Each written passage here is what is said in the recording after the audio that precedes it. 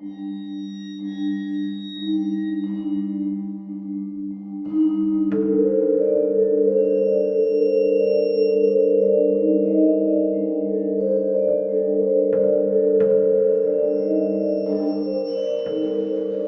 hello, and welcome to Al Dente Rigor Mortis. I'm Review Cultist, and tonight we have some very special guests. Recurring special guests, in fact. Well, I don't know how special I am, but this is Adam from the Role Playing Exchange. Happy to be back again.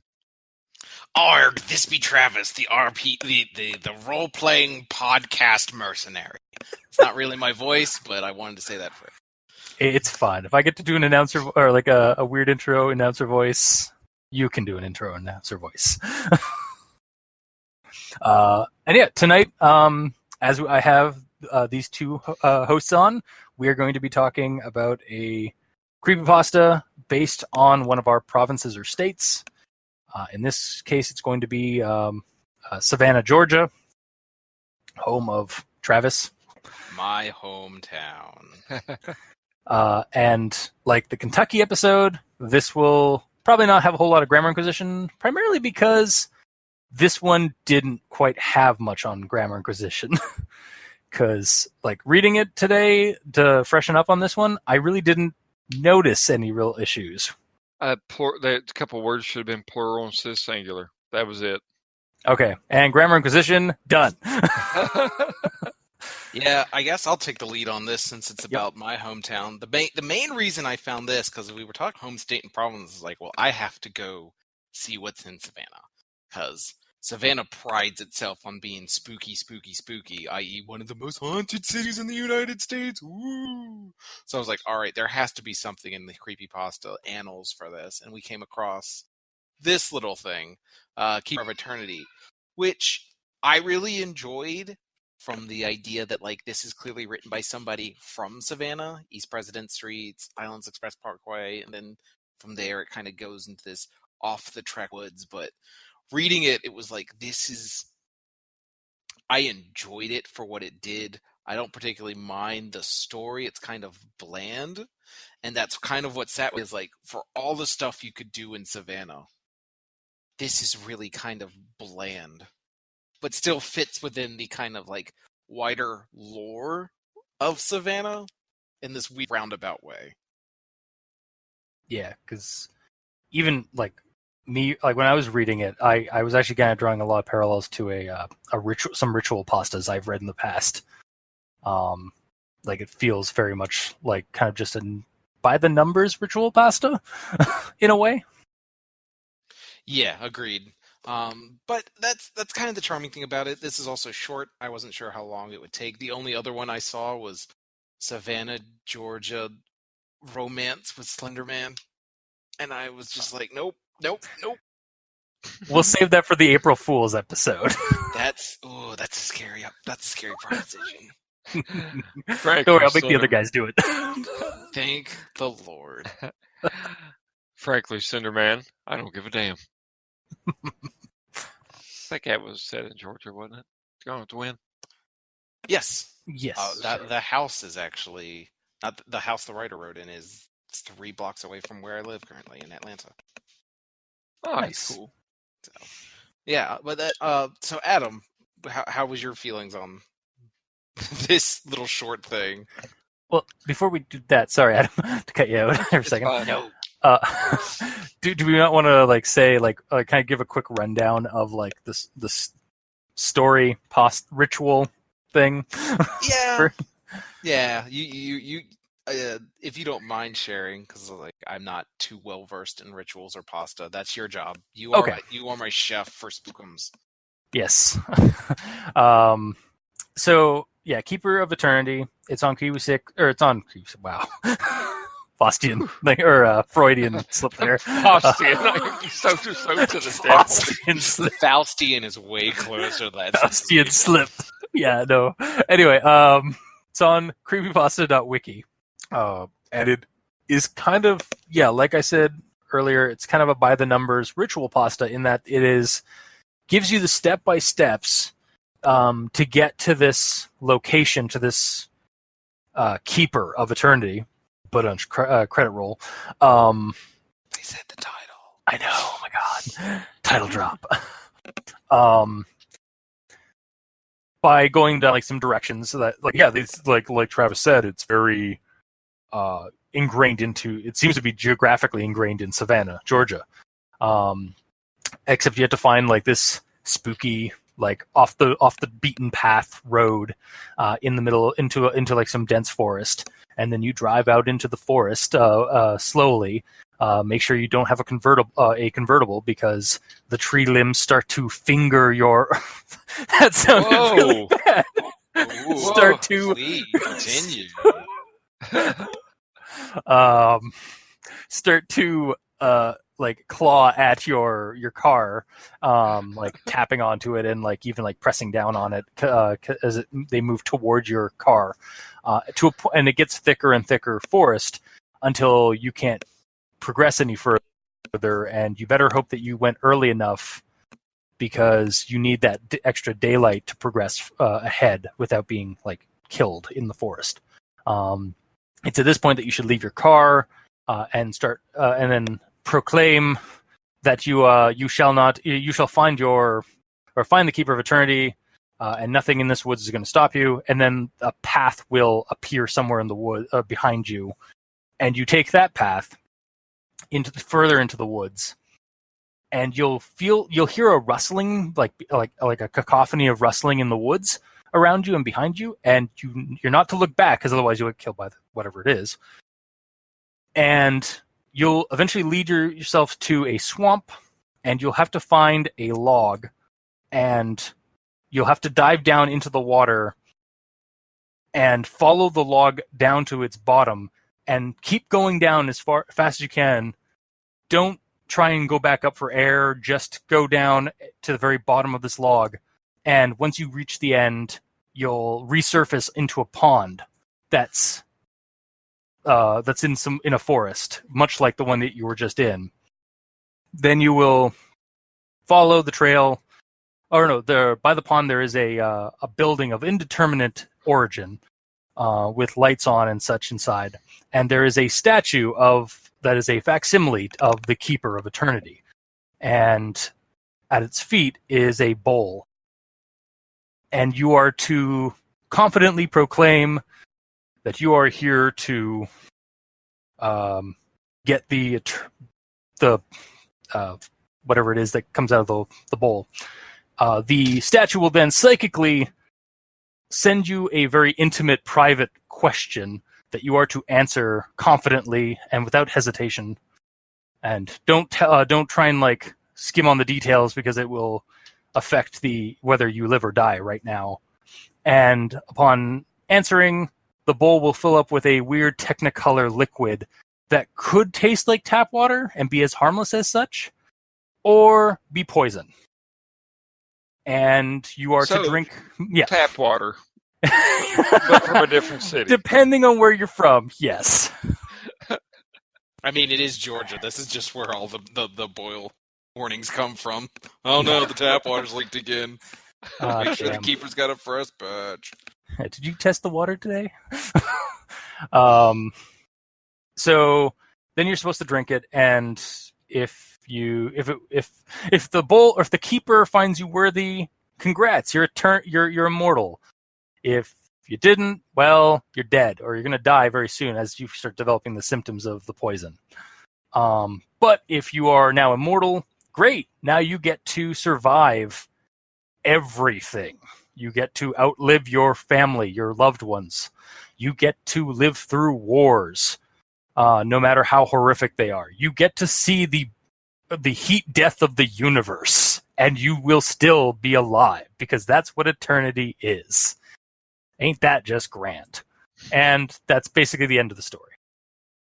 So I felt like it had some nice things going for it. I mean, I'm not disappointed with it overall. Like, the beginning first two paragraphs were kind of meh, over the past millennia, science and medicine, blah, blah, blah, we can't cure death. That's basically what the introduction is. Then it goes, like you said, through if you find yourself in Savannah, you go this, that, and another. But when you get about 4 paragraphs deep into it, and this is I like this, and I'll tell you what. There's several things that this passage that I'm wanting to kind of go over right now reminds me of. But so the passage verbatim is, now if you're carrying a map, you'll probably notice that this path is not indicated anywhere on it. But pay no heed. Continue along the tight and densely overgrown path at a slow pace. I had no idea I was supposed to be in the fucking car still. I mean, at this point, like it becomes unclear. For if you go off the road here, you'll have no hope of ever finding your way out of this forest, and no tow truck will ever find the turn off and come retrieve you. And now it gets a little bit better here. Simply follow the path before you. For while there are many bends, there are no turn offs. Ooh, from this one. This is where the trees were doing the fingering stuff here that you mentioned. So this is like a podcast with a safe word. The trees will only grow denser as you progress until the limbs scrape like fingers on the top of your vehicle. Which that's the first instance of vehicle that I realized at that point. You should probably note that it would be a very bad idea to undergo this journey in a convertible. And I immediately had Little Red Corvette by Prince pop in my head at that moment. But so I don't know, you get this weird, the journey part of all this. It's like I'm kind of getting this whole, maybe crossing the River Styx and you're seeing the dead bodies there with the trees. But I've also got that there's no earthly way of knowing which direction we are going, kind of Wonka thing as you're driving through the woods there, which was, I dug it. I mean, this is, like I said, despite its flaws, this is what really started dragging me into it. It mentions a map and then it mentions a GPS, so this is, kind of weird. But I do like how in the subsequent paragraph, they do, let's see, eventually you'll come to a dead end and the trees tighten around you like a noose around a doomed man's neck. Nice imagery. If you have a GPS in your car, it will proclaim you're 15 miles into the Atlantic Ocean. And that's my favorite part of the whole damn story. Right there. Yeah, the kind of I hate to say the C word, but it kind of reminds me of Carcosa a little bit. Mm-hmm. Just because I only say that just because available over here. So just because it's just such low hanging fruit. I'll have some ideas for what else to use for this later in this show, but the map and the GPS thing really helped to kind of bring in that there's kind of a morphic landscape in this woods. And I do like kind of the bouts of imagery we get, the tree fingering, and the tree choking you like a noose. And the other thing that you brought up earlier, I'm trying to remember what it was. Regarding the bends and turnoffs and stuff like that, and how you just find this place. It reminds me a lot of another ritual pasta that we did on Al Dente Rigor Mortis, on this show,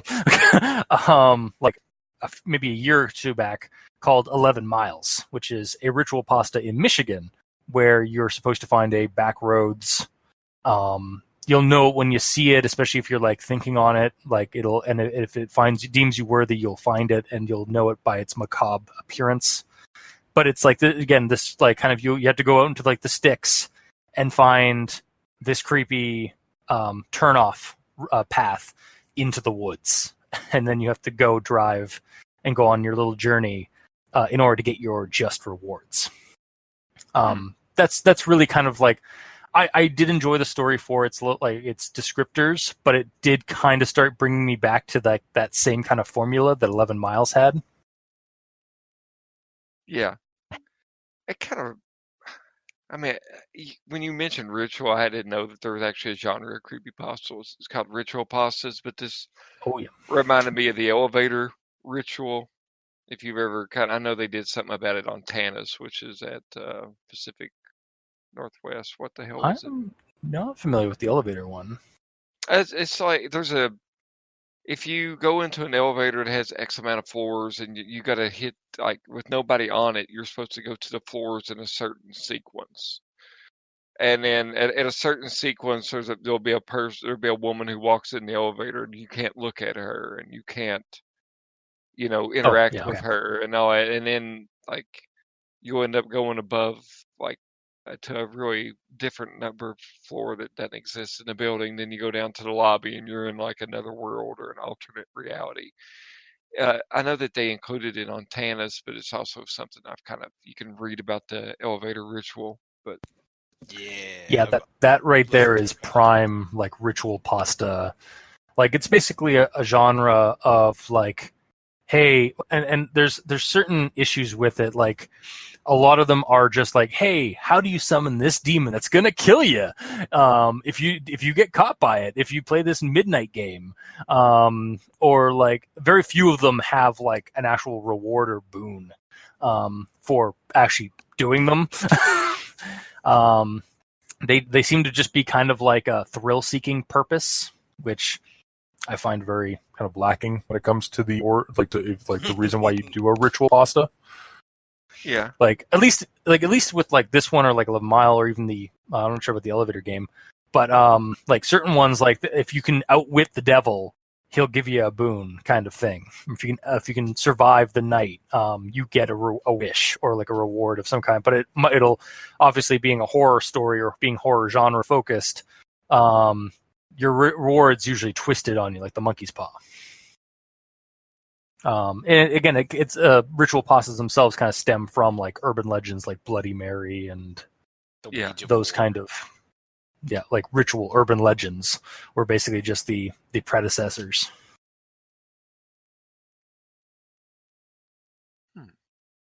Yeah. Sorry. I'm going down the Islands Expressway right now.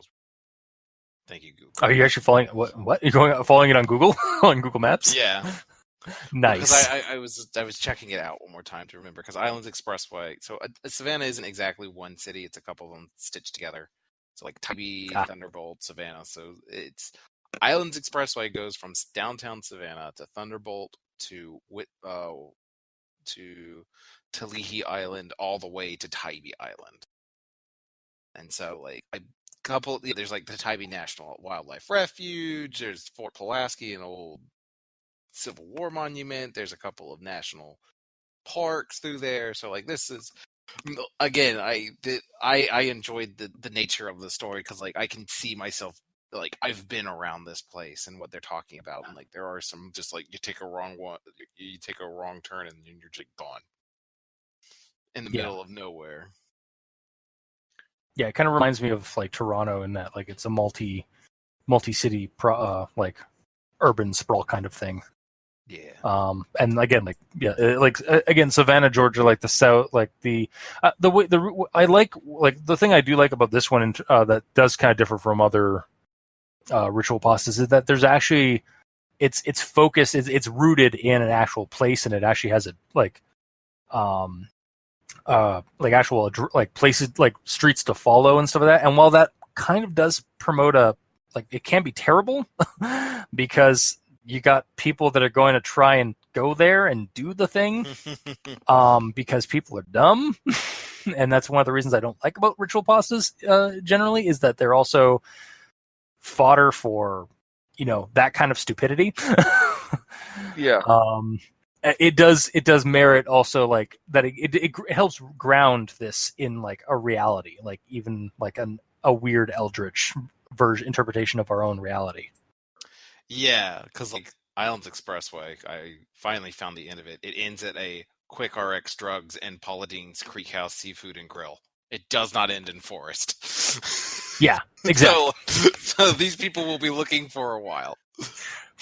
Well, were they going the proper direction? I mean, they have to. I am looking at Savannah. That is, like, that eastern part. Like, I don't know if there is actual land, like, other, like, that whole eastern, like, coast looks kind of wildernessy. But I don't know, like, where that is on.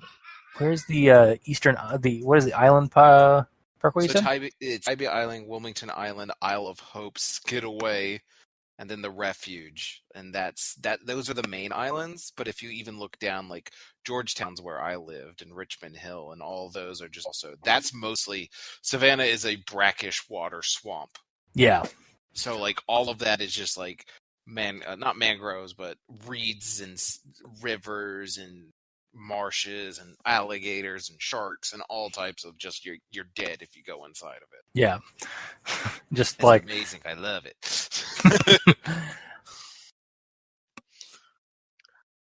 This thing irritated me on a passage here. So right after the ocean thing, it did something so nice.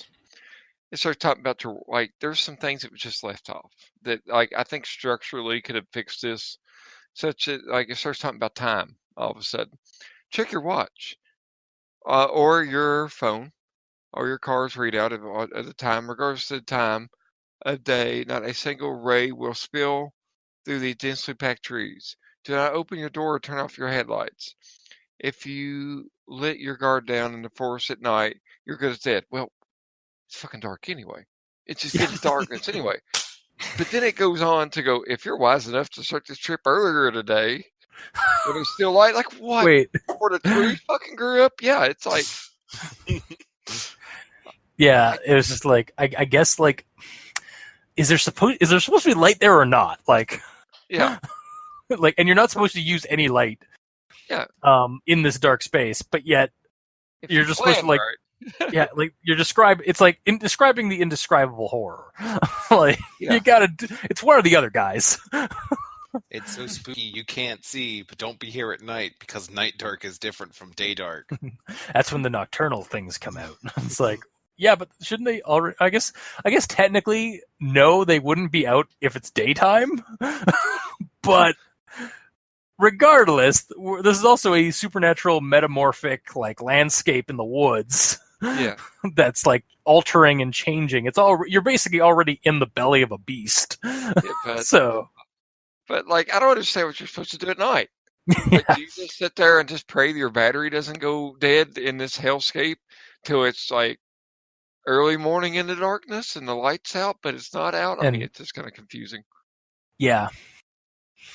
Then you get to this whole part where, like, as you're walking, something's going to be pursuing you and it's wrestling, and don't look at it because then you're dead.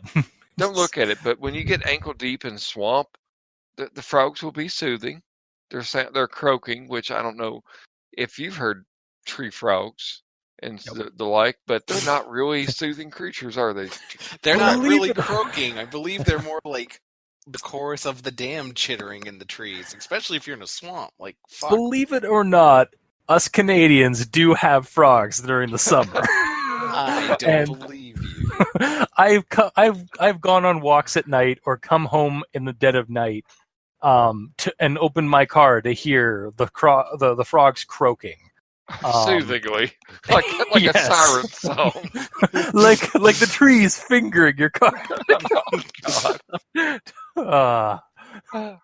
And then, and this is kind of something that scares me. It actually traps into one of my fears because I do not like walking out in water. I cannot see into. But then, as we go through this spirit journey again, like you're just going to start walking through this swamp, and it tells you to get a really big stick because Georgia has nasty creatures that live in only a foot of water, which I think they're talking about alligators and snakes. Yeah, or snapping turtles.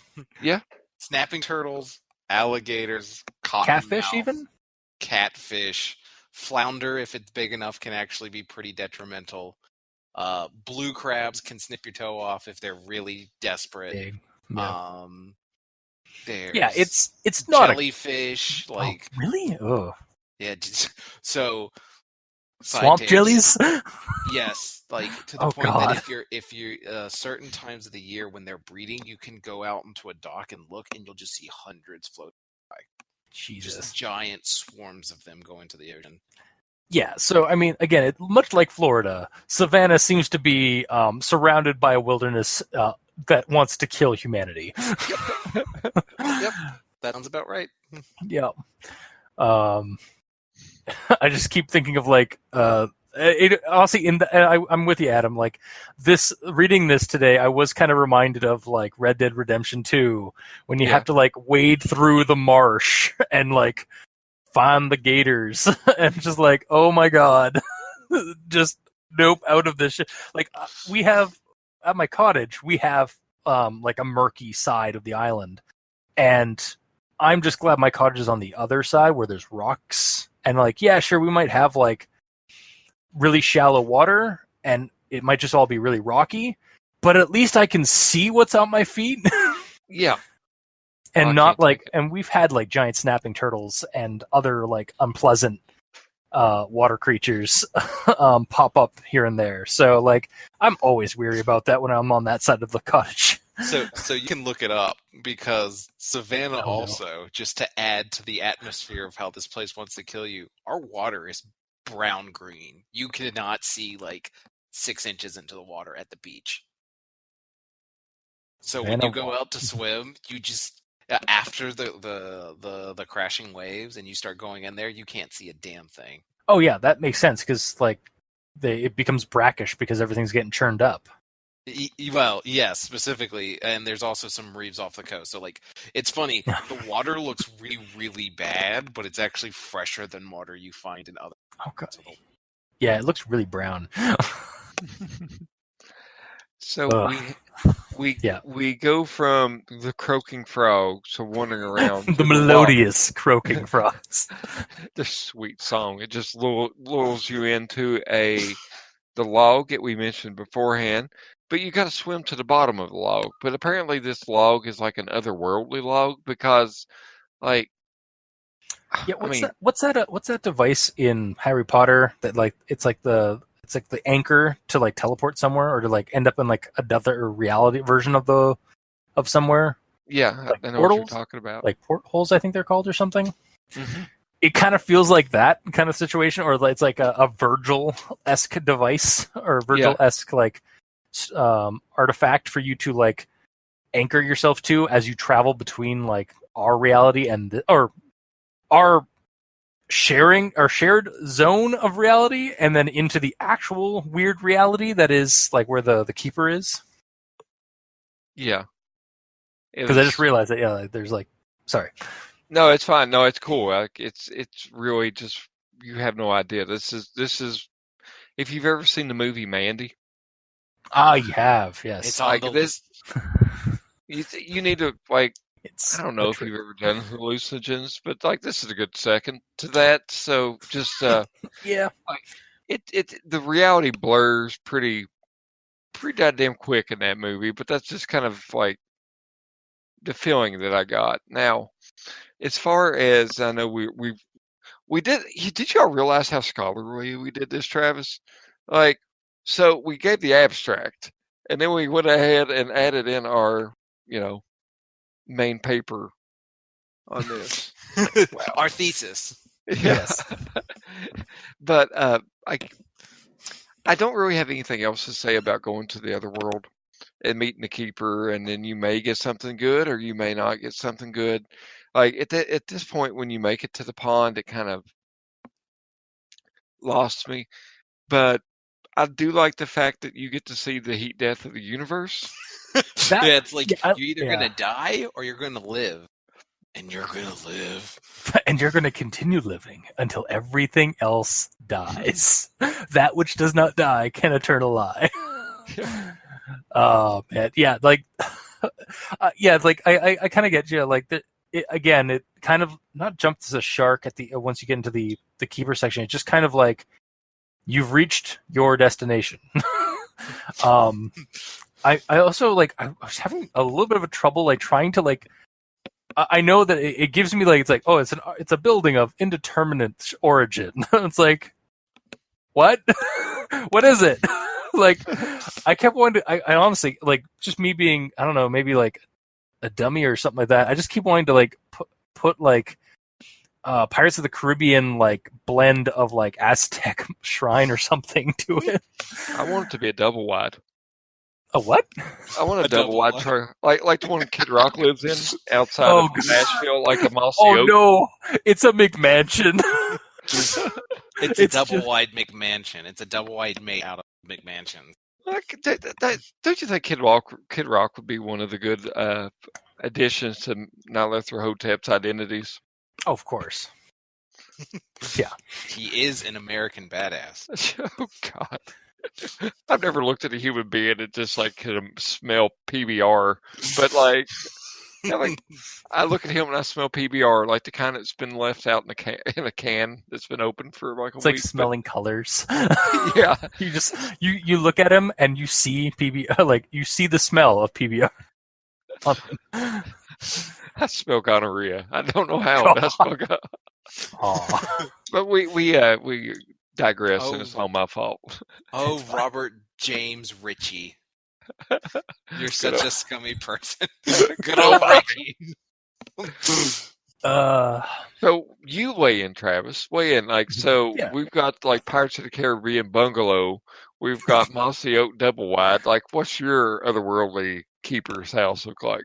So the best way I can describe it is if you've seen Stranger Things, the Woods Clubhouse. It's just like keeper's home on the front, and it's just like sticks pointed up, and like this giant statue is just like misshapen, made of like gum and Play-Doh and maybe some mud, and like the cup is like a half chipped bowl of like some far gone ceramic. So it's like if you took and I love it. I love that imagery of like, because I love that shelter. Like I love what is it? Will's Fort, or Castle Will, or something like that. Mm-hmm. I love that. Yeah, that Byers. description. And then it's what? Fort Myers. Fort Myers, yes. Byers. And then Byers, like yes. Ice cream. Right. But then in the inside, you just have like the Hey Arnold like idol. If anybody here doesn't get it, like in Hey Arnold, this cartoon from Nickelodeon, like back in the 90s and early 2000s, one of the characters, Helga, had a super secret crush on the main character, Arnold, and to the point where she'd like collect gum and other like refuse and stuff like that, and build a like facsimile idol in her closet to the football-headed kid. It was ridiculous. But yeah, I just imagine that's what the keeper's statue is. I was gonna go like monolithic, like basalt statue, like Wayfinder statue kind of thing. No, it's gonna be a Hey Arnold statue now in my head. I think it's even better, really. It does add to like the kind of like weird, like almost like Little Fears. Of course it would be you, Travis. Little Fears, like esoteric, postmodern, like refuse statue, like outsider art, kind of almost. Yeah, that actually kind of almost fits. Like, I feel like that's almost more fitting than like anything that I came up with like some kind of archaic statuary. Yes, thank you, Travis. You said you have a second image for this podcast. Oh my god, I'm gonna draw that into the title card. It's just gonna be the statue of the Wayfinder. Oh god. You know, yeah, and like, go ahead. No, I think you're more on point. Go for it right now. Yeah, and like, I don't know. It is. I'm with you. It got boring here, but like from a meta perspective, I really enjoyed it because, as I'll go into a little bit more, like the journey is fun because I know where it is, and I'm having a broader appreciation for the story after hearing Adam's description and like going through with it. I realized I like that, and this part at the end is like, oh cool, you die or live forever. Oh, surprise, monkey paw. But it's also from like a meta perspective, by setting it in Savannah, it adds this level of like a level of poignancy that I enjoyed, that even if it is kind of just like, okay, here's your monkey paw for your ritual pasta, it was still like choosing for Savannah made that monkey paw feel good, feel like the right course of action kind of thing. Yeah. I'm kind of getting that like each one of us has a bit of a nostalgia aspect to these stories. Weird. Yeah. kind of the rose-colored, but like not too bad. Yeah. Makes me wonder how mine's going to be with when we go to Algonquin Park. I think my ultimate feelings about this is like, I said I liked it and I like aspects of it. And I thought it was, I'm glad. I think it's a perfect length for what it is. But if anyone was going to take this formula, I think it would be better showing it as an application instead of it just being this laundry list of shit that you got to do to get there. Yeah. Like, for some reason, and I know that me and you've spoken on this at times, but I'm a huge Laird Barron fan. I love his horror fiction, and in particular his Old Leech stuff. In the Old Leech stories that Laird Barron does, there's like one of the common motifs that they use is like a little book called the Black Book. Not very cleverly named, but if you find the Black Book, it actually, I don't know the rhyme or reason how it gets in people's possession, but if you go through the steps, and it's kind of like an almanac, it will lead you to some supernatural, like very horrible, terrifying kind of shit that tie in with the mythos. And I think that I would like to see this story. I think it would be much better if you were actually, we had these instructions from somewhere, we don't know where. The guy in driving the car printed them off the internet from an old GeoCities page that was cached from the 90s or some shit like that, Yeah. But I don't know. I would rather see this than just get the abstract, you know what I mean? Yeah. And again, it's another ritual pasta issue, or a trope of them, is that these are kind of like, they're usually not a story so much as just a listing of what could be the plot points of a story.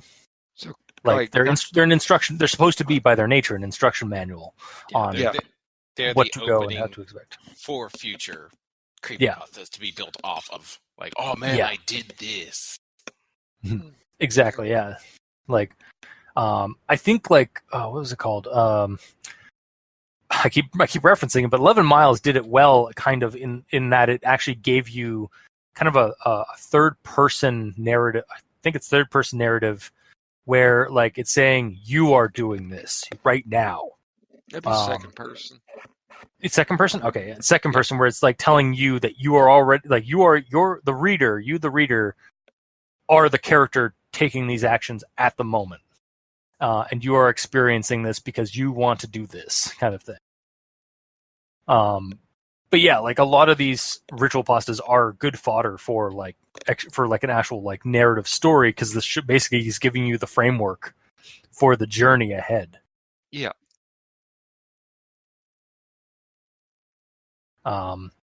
So what I'm hearing is Adam wants to write the sequel. What I'm hearing is what Adam wants to write an Unknown Armies game, because that's kind of what totally. Yeah, that's your Unknown Armies game right there. It's totally, this is the ritual, like as you have said, to do something. And I mean, I've read other stories that were ritualistic, but like had a clear narrative and stuff like that. I cannot think of it. It was in one of these Lovecraft anthologies and something like that. It was like a very disturbing family trip that like the compass and the map start leading them off track and stuff like that. I mean, I can totally see you taking this story right here and doing that. Like, have it be a compass that leads them, or the GPS. I kind of like the idea that you're going to have to pack around a TomTom that detaches from a car. I'll find. Say we're like 15 kilometers off into the ocean. Like, we're in the middle of a dense forest. Well, then that even ties back to Savannah, because Savannah's such a big tourist trap. There's all these like knick-knack shops, and there's all these like pawn shops. It's like you have to go to the knick-knack shops in Savannah, and don't worry, you'll find it. There's this old compass that doesn't work, except it only points in one direction until you grab it, and you'll know it's right because it'll move when you touch it, and then it'll only move once, and then from there it's like you're starting to scour through Atlanta to get our Savannah to get to this thing, and it's like it points to the Parkway. And when you get on the Parkway, you have to follow. You'll find a car on the side, and the car has a GPS that leads to there, and then like just these levels of absurdist like notions that don't make sense but add to the ritual. Yeah, and like you could even have it like be that like some kind of corruption, like just going into Savannah, like your already existing or maybe already crummy GPS in your car somehow gets like it's basically a virus like from like the very presence of whatever this thing is lurking in the outskirts of Savannah. Because just to kind of draw on some real world story, my folks and I went down for a drive out to a simple drive. No, went to a trip down to New York, and on the way down, somewhere in like Pennsylvania area, we were trying to find a Burger King or something like that, and our GPS told us that there was a Burger King just like 500 meters away, but unfortunately we were about to that was not the case, because took an exit, and if we kept going straight we would have gone past a road, over the guardrail, and back down into the highway. There was no Burger King anywhere near where it told us we were. So, and this was like in the early 2000s. Now, if that was Arby's, it would be par for the course, really. I can see that commercial, like a nihilistic Arby's. It's just like, what did GPS? You use GPS to try and find Arby's. What is Arby's? Where is Arby's? And you just see like a car like in like clip show almost, like going over a ridge after like getting a shot of the GPS, and then as the car is like barreling off and like it's like a still of that, it's just eat at Arby's. Welcome to hell, motherfuckers. Eat at Arby's, cars explode.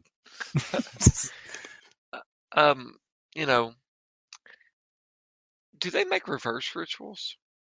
I would like to see something from another portal, like make their way across, and like you think that it's people doing a ritual to get something, but it's really someone from the other side going to. I get you. Yeah, like maybe some of the things that lurk around, or maybe even the keeper himself, like uses the same route and gets into our world. Yeah. Rather than the other. That would be a very interesting either a creature feature kind of story, and then that's like kind of the origin of it. Like you find this ritual and it turned out that like basically, yeah, you following it, you discover like this is where the creature like lived, and like this is how it got back. It basically like dealt with the last guy that tried to do it, and then just found his pieces of paper that he like printed off from his to borrow from you, the GeoCities site cache. Yeah. Just like found like it was like off the body. It's like, how do I get? Ooh, this place looks really nice. It's like somebody. I think Travis. We have a mutual friend, Greg, who like explained like a demon like from hell, like as a Monster and Other Childish Things character, that was like, welcome to the bowels. Like the kid summons his demon. It's like, welcome to the bowels of. Ooh, this is really nice. Nothing's on fire. Wait, they told me this place was awful. This amazing. I've been lied to. Haggard person from another dimension steps out from the forest, sees at Arby's. It's like, I'm still in here. No. I'm thinking kind of a creepypasta twist on Collateral, the film, if you remember that. I've not. I don't know. I know of Collateral. I don't know anything about it. Unfortunately, a hitman hires a taxi driver to go to 5 stops to do his job. Oh, okay. And Is that all? And then the taxi driver kind of has to deal with that situation. I just kind of see this as like a retelling of this is like you're just an Uber driver in Savannah trying to make some cash. And then this weird guy hands you these printouts. He's like, he hires you on the phone and then like hands you the cash, and then you're just like, you're forced to do the ritual to get this thing home. And like as it goes, things get worse and worse and worse. I kind of like. I really like that idea. I guess we're basically going into a segment that I want. I've started like calling the kitchen, where we look at the creepypasta. We've looked at the creepypasta, and now we're like deriving ideas for it for like future things from it, which is fine. I'm totally fine. It's like this show is nothing if not like constantly ever evolving and mutating and rather non-informal ways. Free form. Yeah, exactly. Yeah, so like I like both of those ideas, honestly, like a reverse ritual and then like even an Uber driver. So with the Uber driver, is it like a reverse one where like you're trying to get the monster back or like out there, or are you trying to, or it's like the weird guy who's trying to do the ritual and he's just hired an Uber driver to take him out there because he doesn't have a car. So and the ritual is his car. And that's the two angles you can take. Like if you go with like I don't own a car, millennial, I'm going to take it here. Like it doesn't explain what happens, and like then you have this. This sounds like a Call of Cthulhu scenario of like an Uber pool is dragged into a ritual pasta, and then the other one is like a little more satirical, a little more my style of like funny with horror of like the keeper is tired of people not showing up after he's a lonely while, and he's just now summoning people. Like goes out and just appears, starts dragging in there to make the choice. So I kind of like an extension of that where it's the creature followed the last guy home. Like the last ritualist, the cultist, basically a cultist at that point, immortal, went through the trials, became immortal, and is like, all right, we'll see you, keeper. And it's like, wait, can I come with you? It's really lonely here. Everything's trying to kill me. And then like it comes home, and then it becomes kind of like an ET scenario where like he has to get home. So, but with an Uber driver, but like the Uber driver gets pulled, and that's where you start the scenario, or the scenario, or the story. Have all that as like the backstory, and then just start with the Uber driver, like learning about all this shit. Because like Uber drivers like to talk, like to tell stories and hear stories. Yeah. So just like suddenly get like also reverse on the Uber drivers, where you hear like really creepy and weird stories sometimes from your Uber driver. It's like, well, here's a really weird story for you back. But yeah, I like those ideas. It's like I was gonna say, like you kind of brought it almost like Terry Pratchett's. Is it Mort, where Death decides to take a vacation? No, okay. That is Reaper Man, where Death decides to take a vacation. Mort is where he hires an apprentice. Right. But doesn't he go he goes into the living world and decides to have like a little vacation or something like that? Like that's what Reaper Man is. He okay, that's Reaper Man. He decides to take a vacation or quit. No, he quits being Death because he's the overarching plot of Death is actually incredibly sad because Death is an abstract figure. Death becomes human. Death develops a family. His family dies, and he decides to stop being human and becomes more and more distant from humanity. So, like, the kind of overall plot of the Death story is an abstraction becomes human and realizes humanity is too sad and becomes an abstraction again. Oh, it's brutal when you actually get to see Death go into it. But I definitely see that kind of thing though of the monster getting kind of sad and then leaving or just leaving his home dimension because he's again there's been so much time passed between immortal tests. And then again you could even have this as a Call of Cthulhu or Delta Green game where the DG agents just decide or have discovered this thing is walking among us. It's completely benign, at least in terms of what it's trying to do. Have you seen its shack? It's completely benign. It's got a dumb figure inside of it. Exactly. Yeah. It's so goofy. Look at it. But then then have like the agents is like, what the fuck?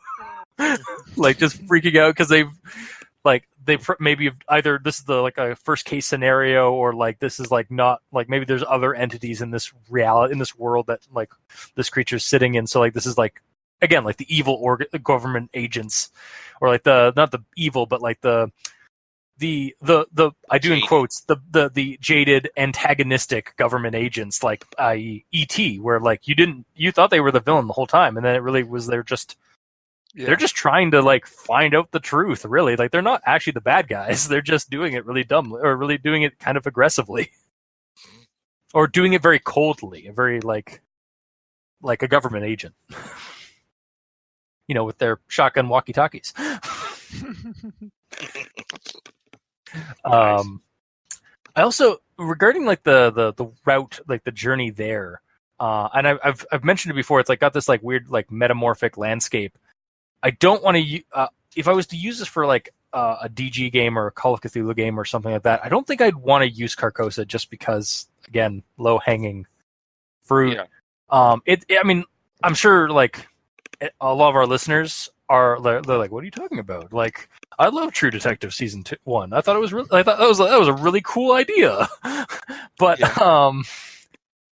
I like to think that some of our audience also has gotten about as tired with Carcosa as we have, in some respects, anyways. Like, I don't hate Carcosa, but I'm like, it is old hat to me now. Because of all like, exposure, like I hate to disparage the Delta guys, but like they're drawing a map of Carcosa for their Carcosa expansion. Like that fundamentally does not fit with me, and it's just like hilarious to me for what that represents. It does feel like they're kind of taking a Dreamlands approach to Carcosa. Yeah, because that's basically what the Dreamlands is. It's just a more structured kind of Carcosa. But that said, like, to have a place you can't escape with impossible landscape, very, very how Savannah likes to poise itself. At least it likes to poise itself as a temporal place that is inescapable once it gets its hooks into you. So, like, as much as I am not a fan of Carcosa, that is probably the only city in the world, from my experience, that I would absolutely be like, oh yeah, no, there's a portal there. Yeah. Yeah, I would probably for the forest journey and like the swamp journey into Savannah, I'd actually probably pull from another source, probably a little bit also a fairly uncommon or common source from Call of Cthulhu, Mama Shub or Shub Niggurath, the Black Ghost in the Woods. The best character. For several reasons. First off, fingering trees. No. Oh god. The trees, like literally, like in description, they are moving, they are shifting. If that is not the dark young of Shub Niggurath, I don't know what is. And also, like, Shub Niggurath is this like Mother Nature on steroids, monstrosity, like cosmic horror. So it's not just like Earthbound. It's like gotta have like weird like dimensional abilities as well, or like, and the way this story kind of treats the portals and stuff, it is very kind of organic and in the environment. Like, it's not just a giant warping portal or like a phasing between realities, like or out of thin air. You have to go into a muddy, swampy, brackish water and hold on to a tree limb or like a log and swim down to the bottom, and then suddenly you're in a pond on the other side. Yeah. So like that. Yeah. Go ahead. Oh, I'm just saying, like, that feels very like Shub Niggurath to me. That feels very like biopunk cosmic horror to me, more than like Carcosa would be. And even the whole like kind of Fountain of Youth iconography we get from the story, because it does kind of have that Fountain of Youth end of it. The whole like, you drink the substance that self pours into the bowl, and you either die because you weren't worthy or you are immortal forever. That's basically also Shub Niggurath's thing, is like ever present kind of Mother Nature. Yeah, and like, you can even on local sources for that, because voodoo and hoodoo and Satan cults and witches are all over Savannah. Like, to the point they're like, don't go in these woods on these nights. Why? Well, that's where the cults are happening. Just listen to me and don't go there. So, like, that's still a thing that happens in Savannah. Yeah, it's like witch-cursed woods and like that kind of, again, like even that, like the voodoo and the witchcraft kind of stuff, and that's all very like earthy magics as well. Yeah. So it just helps to add on to like the flavor of like this cosmic entity that is lurking in the woods. Another thing that the whole pool and like the pond and again the substance in the pool kind of reminded me of was a novel I'm still trying to get through because I'm a terrible person. That was brought to my attention from another podcast that we're all familiar with, RPPR. Yeah. Liminal States was suggested as a good, or like it was an inspiration for Caleb Stokes for one of his first Call of Cthulhu scenarios. Just with like the whole like aesthetic of it, but in this story, Liminal States, it takes place over the course of 3 eras. And each one is a different genre in that era. Like during the 1890s, I believe, in the Old West is where it all starts. And it's these 2 cowfolk of various archetypal assholery Yeah. who find a pool inside of a mesa. Okay, spoilers for Liminal States. I actually do recommend checking it out because it is really good. I'm sorry, my fellow hosts, you're going to have to suffer through some spoilers. You're fine. Yeah, so this pool, one of them finds this pool initially, and it's when he gets submerged in it, he basically becomes immortal in that when he gets killed, he wakes up reborn on the shores of this pool. And it's something like the pool's substance itself is basically this regenerative, like kind of fresh start, or like basically a respawn pool. And the only, it would be great and terrible for the world and great for the first guy, because he's an asshole and a villain, except that his nemesis in the story also ends up in there by his own doing, like by the villain's own doing. So now they're just kind of stuck as immortal beings, unable to die, and continually like at each other's throats through history. And so the story then goes to like the 1930s into like a very noir detective story with the 2 characters. And then there's a dystopic like future period, like in like the late 21st century. And like the world's gone to hell, and like they're not entirely because of their of their undoing. So this story kind of brought me to that. Like I kind of was reminded of that with the whole like the substance giving you eternity and you're never going to die, regardless of what happens to the world around you. Even when you experience the heat death of the universe, I kind of got like a sci-fi vibe for this story's horror. Like. We've talked about like Cthulhu games and like Delta Green kind of stuff for this. Mm-hmm. I kind of want to do an Eclipse Phase game. I actually have a book series that is science fiction that is exactly like the liminal spaces you're talking about. That is sci-fi. Yeah. That would work as either Eclipse Phase, or if you want to pull your book out from under your players, you run it in some type of low fantasy setting, and they are both science fiction. So does anybody remember Riverworld? Oh God, yeah, I know it by the miniseries or the TV miniseries that came out in Sci-Fi Channel. Yes, so that's a book series. I was aware, I think, of that. Yeah, sorry, continue. You were going to say something? No, I was just saying I'm aware of it. Yeah, so the book series, it turns out that Riverworld is actually, Earth is gone, and they took everyone that died and resurrect them in this artificial super Earth that's a river valley. And you are born if you are under 25, if you're over 25, your reborn is at 25, and if you die, you also come back perfectly. Not any non-fatal energy is regenerated. You can be dismembered. Blah blah blah. If you die, you wake up on the river again at a different part with your little canister, and you just keep going. And the entire thing is about kind of this exploration of the river, and the cultures and the people that show up and go through it. I think there's one alien in the entire series because he was at Area 51 when the Earth exploded. Oh my god! But the entire series is this very low tech. Outside of this, they're called grails, object that holds your hallucinogenic gum, utensils, makeup, food, drinks. It kind of holds everything you need. So you don't need to cultivate the river world, but you can. And it kind of becomes the resource people use to do the evil shit. So like slavers take it and stuff like that. So yeah, like the idea for Eclipse Phase to take the idea from the Keeper of Eternity or just run this in like D&D and then just all of a sudden like surprise, this is actually a type of crazy science fiction world would be really interesting.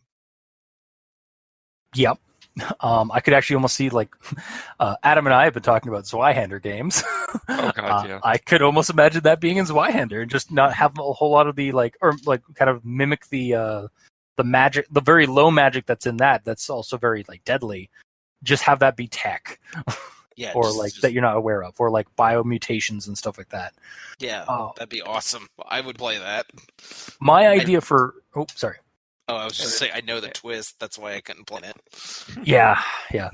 My idea for Eclipse Phase is actually a weird one. Because it wouldn't be so much using Eclipse Phase solely as it is. I mean, you could kind of modify it for that.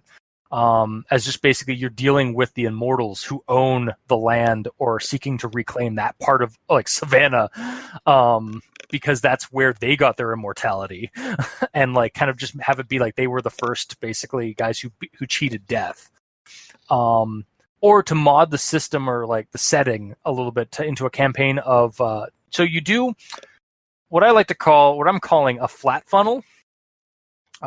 In Eclipse Phase, there are flats who don't have like the cortical stacks that allow you to basically re-sleeve yourself into a new body, and basically you're immortal because of that.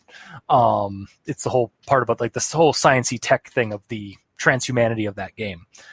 But it's set in the present day. The first session is set in the present day, and it's a flat funnel.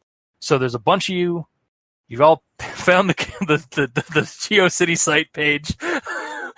And you found the trail, like the trail into the woods, and you go through the trial of the ritual, and you end up in the with the bowl of eternity essentially, and you take that, and then you basically upgrade your character to effectively having the same mechanical benefits as having a cortical stack, and having a reusable re-sleeving area. And then you basically just have that. Your characters are the only ones who have that mechanical benefit. And the campaign goes from there to kind of like liminal states where you go to different like kind of periods in moving forward into the future to eventually like the dying Earth genre, where like the heat death of the sun is about to happen, or like the sun's about to go red dwarf, and like either humanity hasn't quite gotten there yet to getting outside of the solar system, or hasn't been able to find anything in the anything beyond the solar system that's livable, or you're just trying to get on to like the nearest arc ship or something to leave. It's kind of my take for using Eclipse Phase and just using the mechanics of Eclipse Phase. Yeah. But that's kind of what I came with. Now, mind you, I'm not 100% fluent with Eclipse Phase. So, Adam, you've played the game a lot more, right? I played it a few times, yeah. Yeah. Like, how feasible do you think that would be, or am I just kind of drawing at straws? Somewhere in the middle. I can see it being possible, to be honest with you. Okay. I'm sorry, I have no further detail. I'm just That's I'm trying to wrap my head around all of it. Like, okay, no, that's that. And then we got the new edition, but it doesn't change the lore. Sorry about Yeah. that. No, it's fine. Again, I kind of like, from my own like knowledge of Eclipse Phase, like that's kind of like where my head went when I was reading this. Was like, I was like, oh, I wonder you could use Eclipse. Like I was really just looking at like, what could I use for like different like weird sci-fi games. I do like the river world idea too, Travis. And I like the like maybe even like incorporate this idea a little bit more in like as well with that with again Zweihander. Or like those kind of like again like you guys are like you suddenly like you go on this mission, you do this thing, and then you realize like, or then we cut to a, like maybe even like this be like not even a campaign but like a 2 or 3 scenario thing where like you just suddenly cut it to like, all right, fast forward to the heat death of the universe. All right, fast forward till the time that the Titans come, and then all of a sudden, oh God, you're still alive, and they can't touch you, and everything you've seen, like, and you're on Earth at the time. Wait, doesn't that just technically turn you into a null from 40K when you just happen to pop to a chaos storm? I don't know anything about 40K. So in 40K, a null is somebody who has no war signature. Essentially, they're soulless, so chaos can't touch them. So when demons show up, they can't touch them, and nulls can. It's like a ghost showing up and starting to kill demons. The Empire uses them, so it's kind of the same idea of just like, you can't touch me. I have to deal with all this stuff. Oh my God, what's going on? Both sides are just terrified to do what's going on because they're the antithesis of each other. Okay, here's my Eclipse Phase take, and again, this is like my listenership knowledge of Eclipse Phase more than like really any kind of gaming knowledge on Eclipse Phase. You're on Earth, like, so you do you went through and like this is how you became immortal. Was the ritual and stuff like that, and you're still on Earth when it was taken over by the Titans, and you're immune. And then a couple of decades go by, and people are trying to reclaim the Earth from the Titans, and they're seeing you, and they just think that you're another one of those either infected. They think that you're a Titan because why? How the hell does a human live on the Earth ravaged by the Titans and their nanoswarm winds that disassemble people, or like they're headhunters that like rip out people's heads for their cortical stacks and stuff like that. Like, how do you survive that? And like, how are you living on the Earth, on this blasted Earth? Because maybe that's the other thing about the immortality. You're stuck on Earth. Like maybe that's the other part of the monkey's paw is that you're immortal, but you're earthbound. Yeah, you just can't. Yeah, so we were never able to actually leave the planet. Oh, you tried. You were in the elevator. You were at the top, and then you were at the bottom. Exactly. And you were at the top, and you were at the bottom, and it's like you're quantumly fixed in Earth's location. Calm down, guys. You can only go get much science fiction and fantasy mixing together before I just have to like go to another room and start writing things. Sorry. My weird boner can only get so erect. Please edit that out. All right. Or edit it like or edit it in. It's up to you. If you want me to get rid of it, I will. Yeah, you're good. But no, I think I'm most interested in, because I've only heard 2 or 3 games of Unknown Armies, but it's moment Adam mentioned that I'm like, oh my God, Savannah is amazing for Unknown Armies. Because if it is about rituals and ideas and these kind of beliefs that build up into their own, almost like pearls in the oyster of the world, like Savannah is rife with this type of stuff, and that seems like a fantastically dirty city to set that mentality loose in. Yeah, because everything I've heard of Unknown Armies, that like it's just post modern like urban like weird fantasy and like horror, right? Adam? Yeah. I'm sorry, I zoned out. It's okay. Kind of blow my nose, but yeah, it's kind of kind of a fucked up American Gothic in a way too. for not Eclipse, I got to switch gears, excuse me.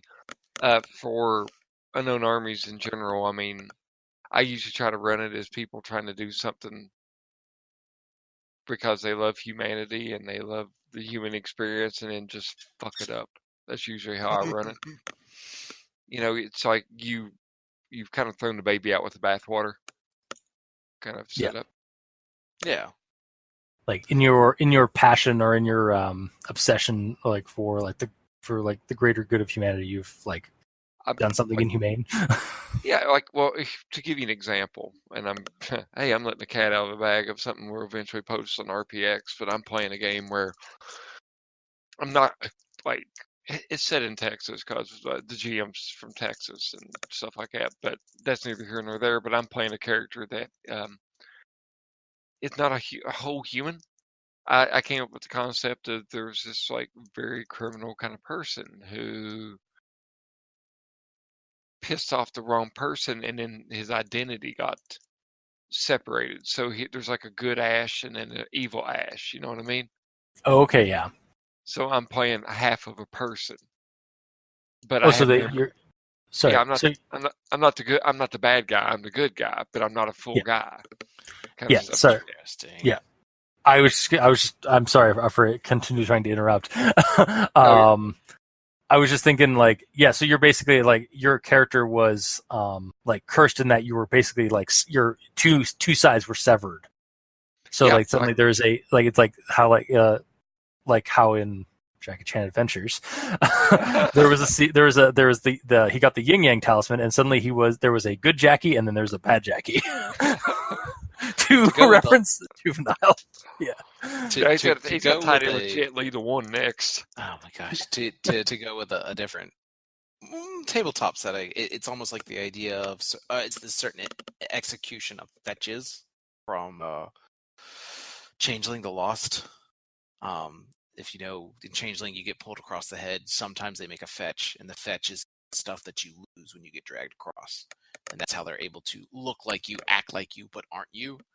And what they do in some of the stories in Changeling is they have people choose to go hunt down their fetches to become whole people again.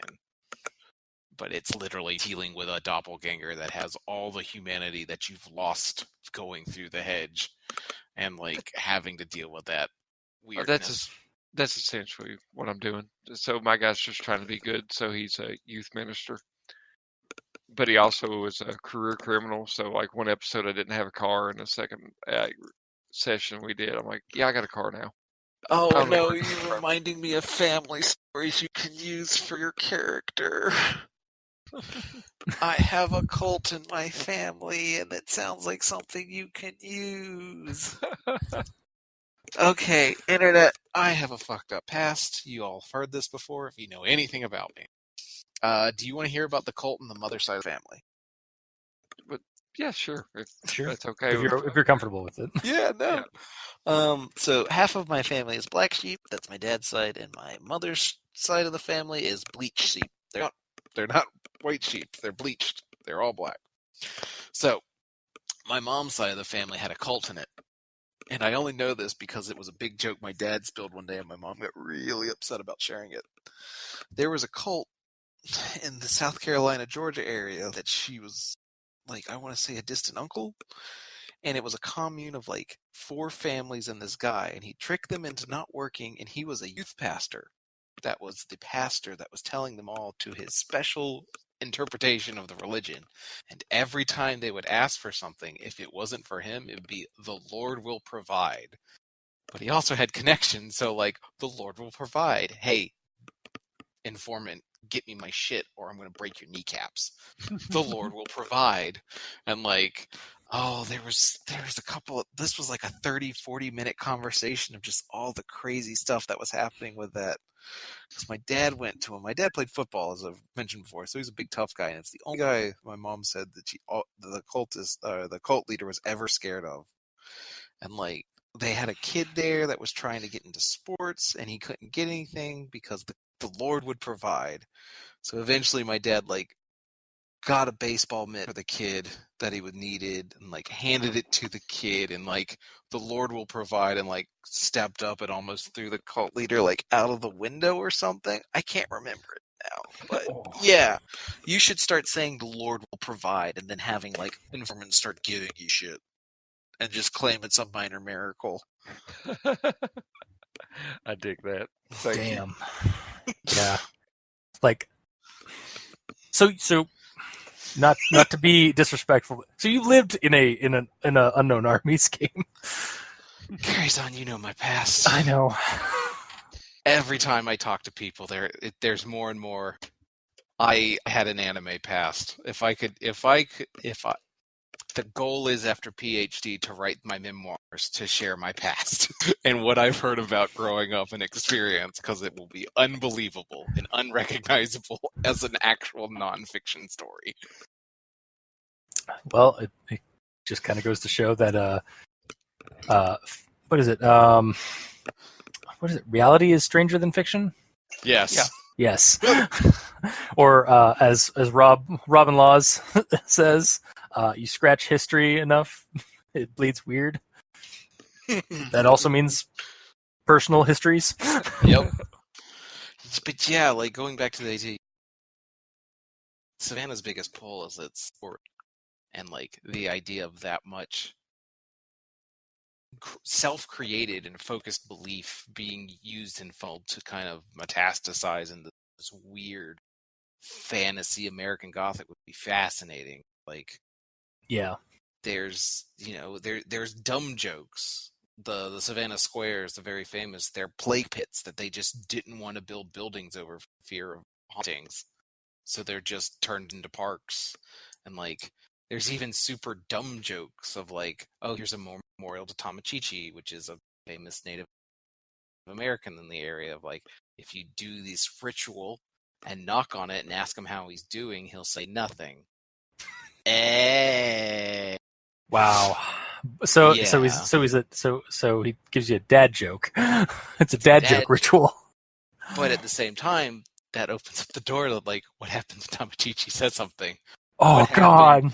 What happens when the plague pits start crawling out? What happens when my brother, in Savannah, the River Street is built like 20-30 feet below the upper one to keep from flooding, and the fact it's below sea level, and Savannah is going to be wiped off the face of the map if there's any, and the sea levels rise up, the whole 9 yards.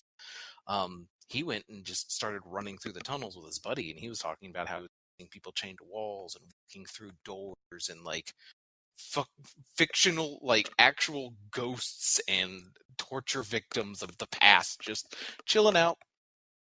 Oh my God. So, That like, seems like such a there's so much fodder there in Savannah. Like, just from what you've described. yeah, and that's just starting to, that's like the downtown connector.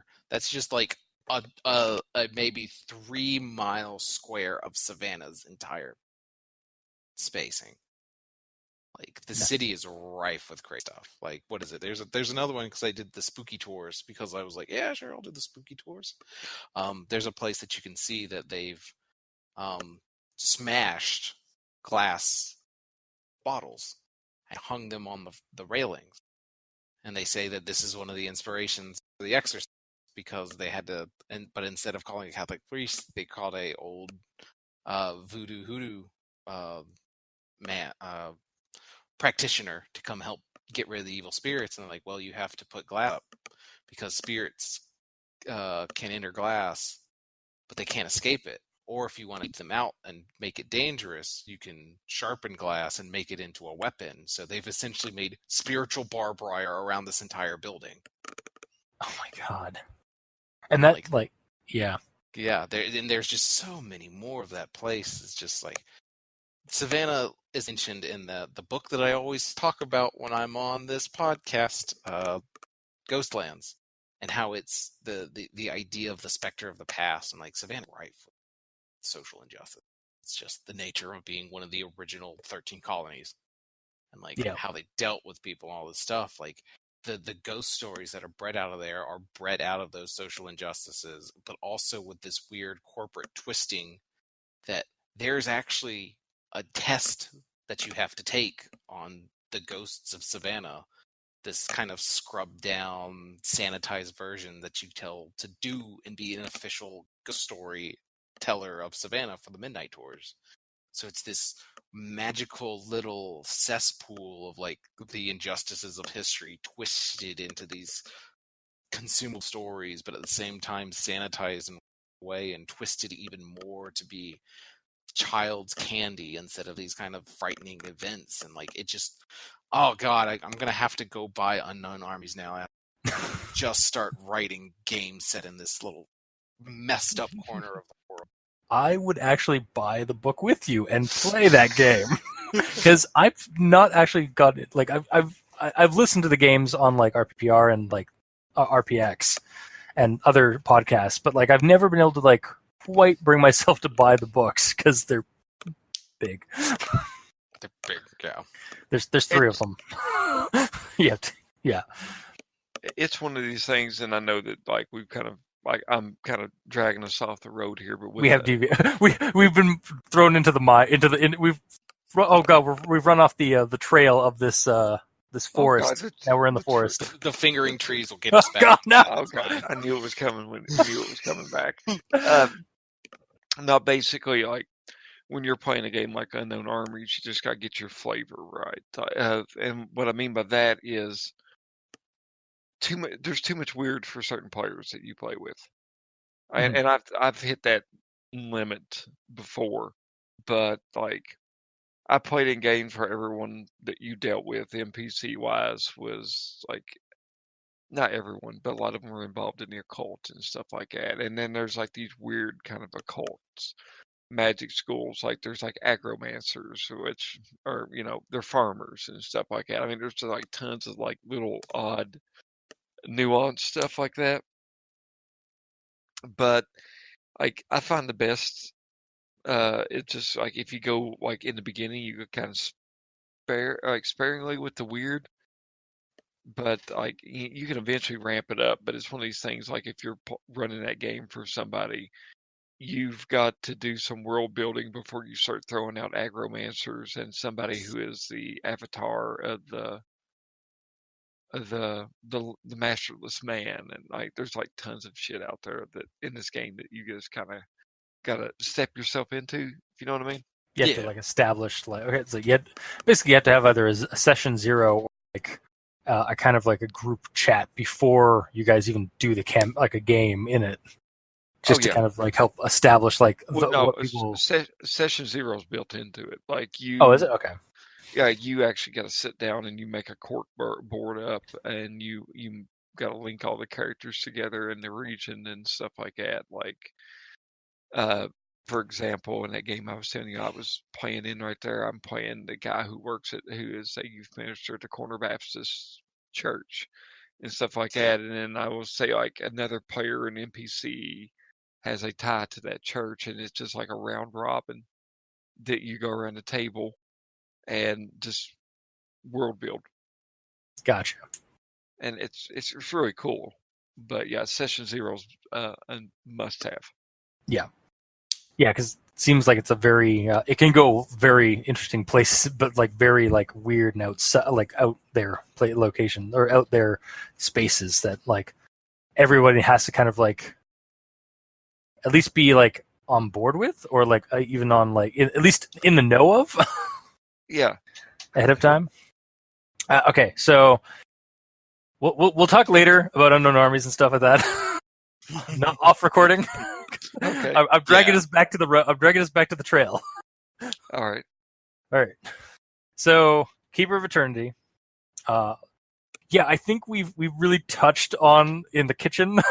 A lot of like Savannah is spooky, and this is very fitting for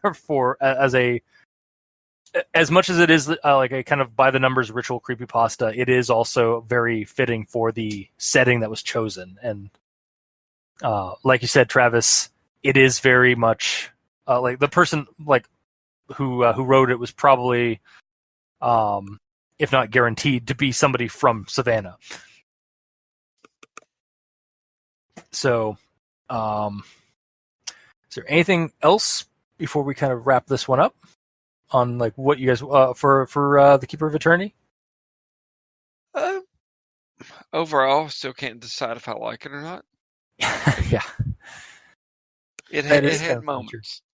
Yeah, agreed. It's I strongly am drawn to it because of the nature of recognizing the situation. Like, can kind of remember times of my youth of like just getting lost on the road, going wherever the hell I wanted to. But yeah, it kind of is just like outside of that nostalgia factor.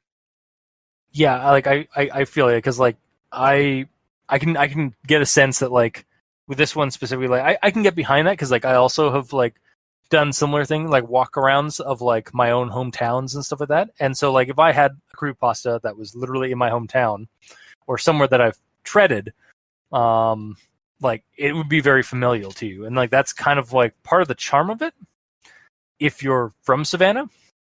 Yeah. And even as somebody who has never set foot in the state, I did get there is a geographical familiarity, or like because again you can just Google Maps nowadays, the wonders of technology. You can Google Maps and like Street View that street to a degree, and you can kind of still kind of get a sense of like familiarity to the fact that it's grounded in a place with with street names and directions. Yeah, I don't like. It is pretty by the numbers. I might recommend it as it's not going to take a whole lot of your time. It's pretty foreseeable. Like it's pretty like you kind of know. I was a little surprised at the ending, but it was just like slightly at like how like it went monkey's paw. But it's also kind of the nature of ritual pastas. Yeah. So I'd recommend it if you're into like the ritual pasta stuff, or if you're looking for fodder for something like for a game or for like to build a story off of this ritual. That would also be just as good. Like this is recommended for me for like fodder, 100%. Yeah, I can see that being the best use for it. Okay. There's Write nothing. a story that they did not want to write themselves. Yeah, or that they didn't see. Okay, well, if there's nothing else for Keeper of Eternity. No, I can go all day about Savannah, but like, and that'd be. I feel like that would be a separate episode. Honestly. Travis talks about how crazy his hometown is. Unknown savannas. Unknown South. Yeah. All right. So, yeah, that has been this week's episode. If you like what you heard, or if you didn't, leave us a comment in the comment section below where this gets posted. We're on Facebook, YouTube, and Tumblr. Possibly on Kiwi 6, but possibly on Podbean, depending on if this gets posted or when this gets posted. You can also get a hold of us on iTunes. Leave us a rating and review. You can also send us emails at aldenterigamortis@gmail.com. That's ALDENTERIGMORTIS@gmail.com. Where you can also leave us suggestions for other creepypastas you'd like us to support or you'd like us to suggest on the show. And I am forgetting to ask my hosts, what are they doing and what do they want to plug at the end of the day, at the end of the show? So I apologize, guys. Hey, what do you want to plug? No, probably. We've been here so often together. It's just kind of an old hat here. Yeah. So if you want to check out the podcast I work on, it's called Role Playing Exchange. We're found at www.roleplayingexchange.com. Facebook.com/RolePlayingExchange, and on Twitter we are at RPExchange. We're pretty much on iTunes, and I think we're even on Spotify and all that. But we pretty much are an RPG-centered podcast that we put on 2 actual play episodes a month, and then a talky one, as I like to call them, which is anything from just discussing elements of role-playing games to interviews with Kickstarter creators and stuff like that. So if you want to hear more of this or check out that Unknown Armies game, probably want to check in about 7 months, and that one will be posted. Oh, the backlog. Glorious, glorious backlog. And I guess on my end, I don't really have much an online persona or footprint anymore. As I joked about at the beginning, I'm kind of a podcast mercenary.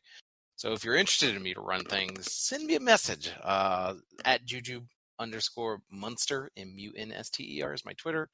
You can also hit up Review Cultist here. You can also send me an email, T, first initial, last name, so TGASQUE @gmail.com. That's my main email address. I will respond to that as quickly as possible. But yeah, no, I'm a PhD student. I'm doing a lot. I have like 3 or 4 conference papers I'm working on this semester, and the next semester I'm doing a studio where we're potentially going to talk about the 5 stages of storytelling, and I'm going to have to blow people's minds by talking about how you can use Delta Green as the mechanics of Delta Green as a way of representing mental trauma you experience as a minority or underappreciated group in America. So that'll be what I do there.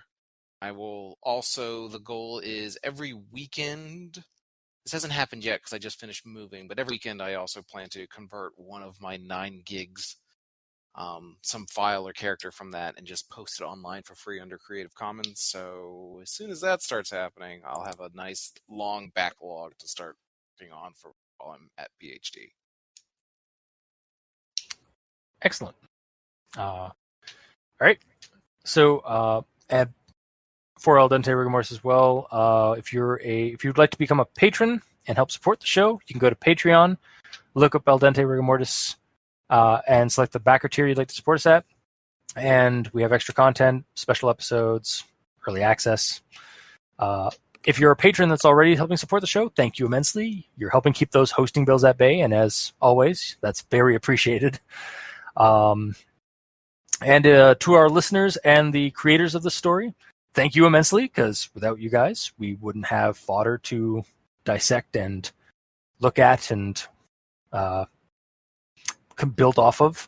And we certainly wouldn't have, if we didn't have listenership, well, I'd be sad. Wouldn't stop us. But yeah, I mean, it would just be shouting into the void. So, until the heat death of the universe. That's how a good podcast start. Yeah. And it. Hopefully end. And on that cheery note, this has been Al Dente Rigor Mortis. I've been your host, Review Cultist. Bye. You guys weren't going to say who you were? Okay. We already did that like 30 seconds ago. All right. Sleep well. Or don't. Spooky.